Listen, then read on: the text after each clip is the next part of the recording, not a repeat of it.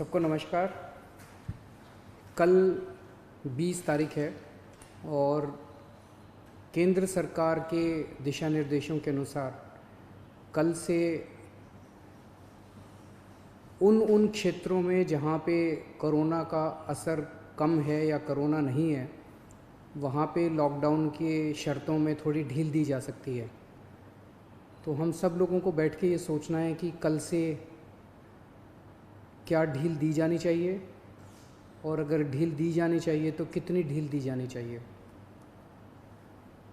केंद्र सरकार का कहना है कि जो जो हॉटस्पॉट्स हैं और जो कंटेनमेंट जोन्स हैं उनमें ढील फ़िलहाल नहीं दी जानी चाहिए, क्योंकि वहाँ पे स्थितियाँ ख़राब हैं और अपने को कंट्रोल करने की ज़रूरत है।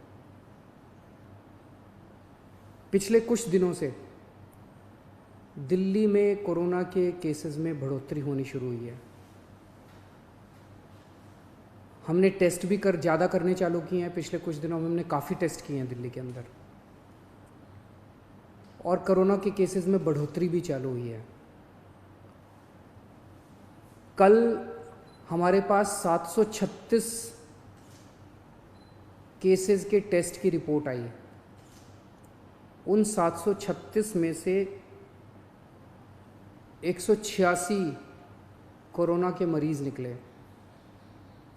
यानी कि 25% लोग कोरोना के मरीज़ निकले। 186 तो काफ़ी ज़्यादा है। ये 186 के 186 सभी एसिम्प्टोमेटिक हैं। इनमें किसी में भी सिम्टम्स नहीं है। किसी को बुखार नहीं है, किसी को खांसी नहीं है, किसी को सांस की शिकायत नहीं थी।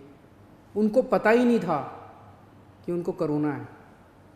उनको पता ही नहीं था कि वो कोरोना लेके घूम रहे हैं इधर उधर। ये और भी ख़तरनाक बात है कि कोरोना फैल चुका है।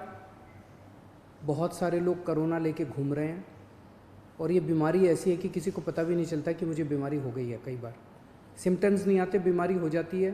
किसी आदमी का इम्यून सिस्टम स्ट्रॉन्ग है और वो घूमता रहता है, और पता नहीं कितने लोगों को कर देता है। तो एक चीज़ तो ये है कि दिल्ली में कोरोना तेज़ी से फैल रहा है, पर अभी स्थिति नियंत्रण के बाहर नहीं है। स्थिति नियंत्रण में है। स्थिति चिंताजनक है, पर घबराने की ज़रूरत नहीं है। अपने को सबको अनुशासन में रह के इसको कंट्रोल करने की ज़रूरत है। आज दिल्ली में टोटल 1893 केस हैं। मोटा मोटा 1900 मान लो, 1900 केस हैं।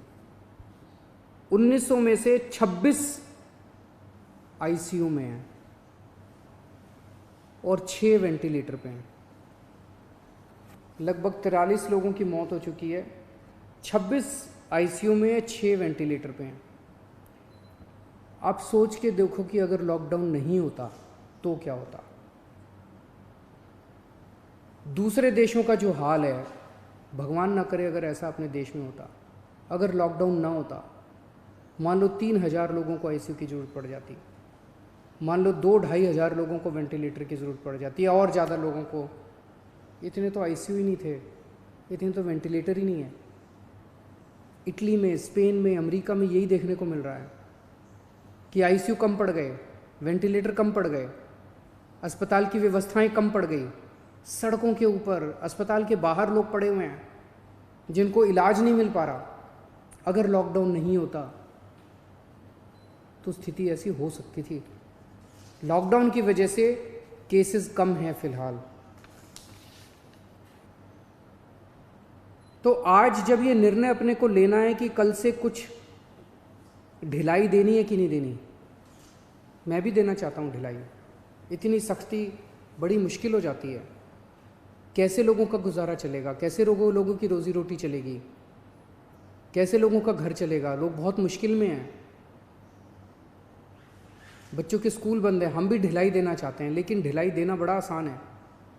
और ढिलाई दे दी और स्थिति बहुत ख़राब हो गई, और उसके बाद अगर आईसीयू कम पड़ गए और अस्पताल के बेड कम पड़ गए और वेंटिलेटर कम पड़ गए और ऑक्सीजन कम पड़ गई और पता नहीं कितनी अगर जानें चली गई, तो हम कभी अपने आप को माफ़ नहीं कर पाएंगे।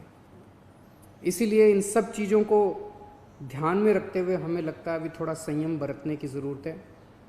हमने निर्णय लिया है अपने दिल्ली वासियों के ज़िंदगी का ख्याल रखते हुए, सबकी सेहत का ख्याल रखते हुए, कि फ़िलहाल लॉकडाउन की शर्तों में कोई ढिलाई नहीं दी जाएगी। एक हफ्ते के बाद फिर से हम सारे एक्सपर्ट्स के साथ बैठ के, सबके साथ बैठ के इस पे दोबारा इसकी असेसमेंट करेंगे और अगर ज़रूरत पड़ी तो उसके बाद ढिलाई दे सकते हैं, लेकिन फ़िलहाल दिल्ली में किसी तरह की कोई ढिलाई नहीं दी जा रही है। नमस्कार।